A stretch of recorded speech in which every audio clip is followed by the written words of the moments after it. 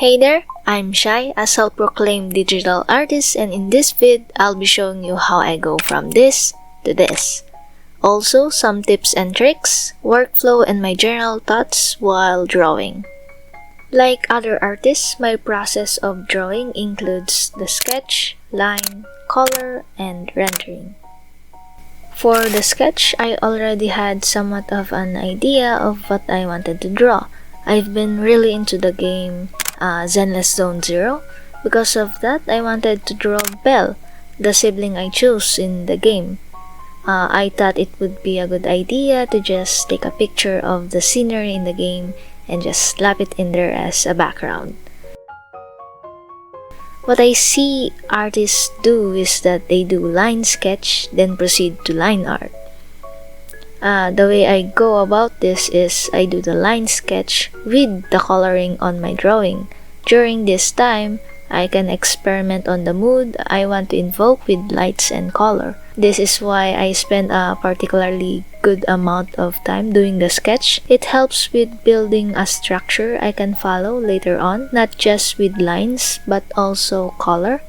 And since I haven't really committed to the sketch, I can still make huge changes as I go.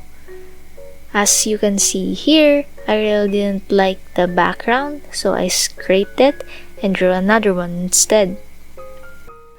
Here's a tip: use gradients. I personally use the program Clip Studio Paint, but I think you can do this on other programs as well.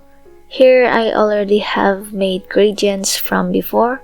How I made this is I took sunset photos online. You can use any photos you want, either you personally took it or not, doesn't really matter. So I imported these photos in Clip Studio Paint, duplicated this subtool under the gradient tab, rename it whatever, color pick, then drop.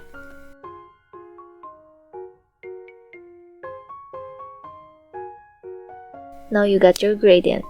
I really like the background I made here, the purple sky with pink and red sunset, and I want to save it so I can use it on other illustrations and also later in the coloring phase in the illustration. After this, I proceed and clean up the line sketch a bit. This will be my guide for the line art.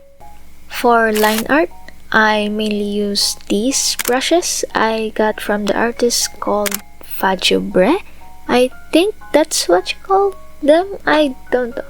Anyway, they are an amazing artist. I've been following them for quite a time now. I really recommend you guys watch their speed paints. You guys go check them out, and I'll link the brushes down below. I don't really have a rule for line art. Since I'll be overpainting some of it later, but one thing I do is I blur the sharp edges on the face, particularly the eyes and the nose. I really don't like the sharp edge line look on the face. I also like the slightly rough line. It makes it look a bit sketchy, not too smooth but also not too rough. Listening to myself say these made me realize how much I just wing it with my illustrations, and it's heavily based on my mood. After doing the lines, I proceed on coloring. Here I use the gradient I made earlier and added building silhouettes for now. I constantly zoom in and out of the illustration to check the overall look to it. At this point, I'm adding the base colors. For base colors, I try to stay in this section of the color wheel, so not too saturated but also not too dark.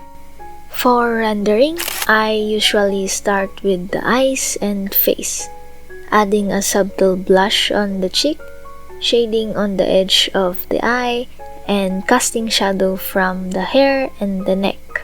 Since I want to focus on the face, I'm not gonna take a lot of time on the clothes. Here I'm establishing the mood using blend modes like multiply and overlay to make it look like the character is part of the scene. I use the same gradient I use for the background with a multiply layer on it. and the overlay with a light orange tint on it.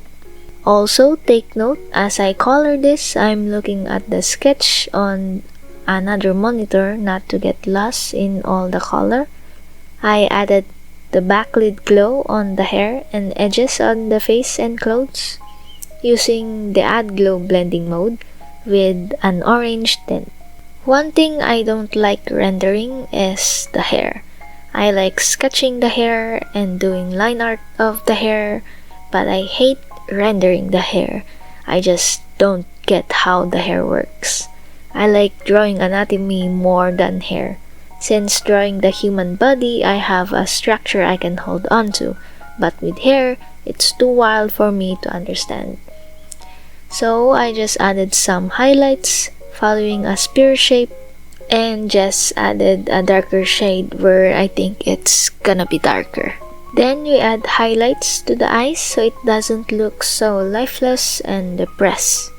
Just cleaning up the background, adding a foreground element here cause it looked a bit empty, and blurring it, and we're basically done by now. For the finishing touches, I want to make it look more cinematic. To do that, I use the blur filter. I take all my layers to a folder and duplicate it since we're a coward and afraid to commit. Turn off the visibility icing on the bottom folder and merge the top folder. I then select the parts where I want to blur and go to Filter, Blur, Gaussian Blur, set the strength. I use 25, then we have a somewhat cinematic looking illustration. After everything, I play around with color correction. You can use any of these, but I mainly use the tone curve. I don't know how it works, I just know it works. Fake it till you make it. And for the last touch, I add texture paper. You can use paper images you find on the internet or search up paper on the asset store and set the blending mode to overlay, and we're done. We have our illustration. Thank you if you've made it thus far. I appreciate it. I hope this video helps, even just a tiny bit. And I'll see you next time.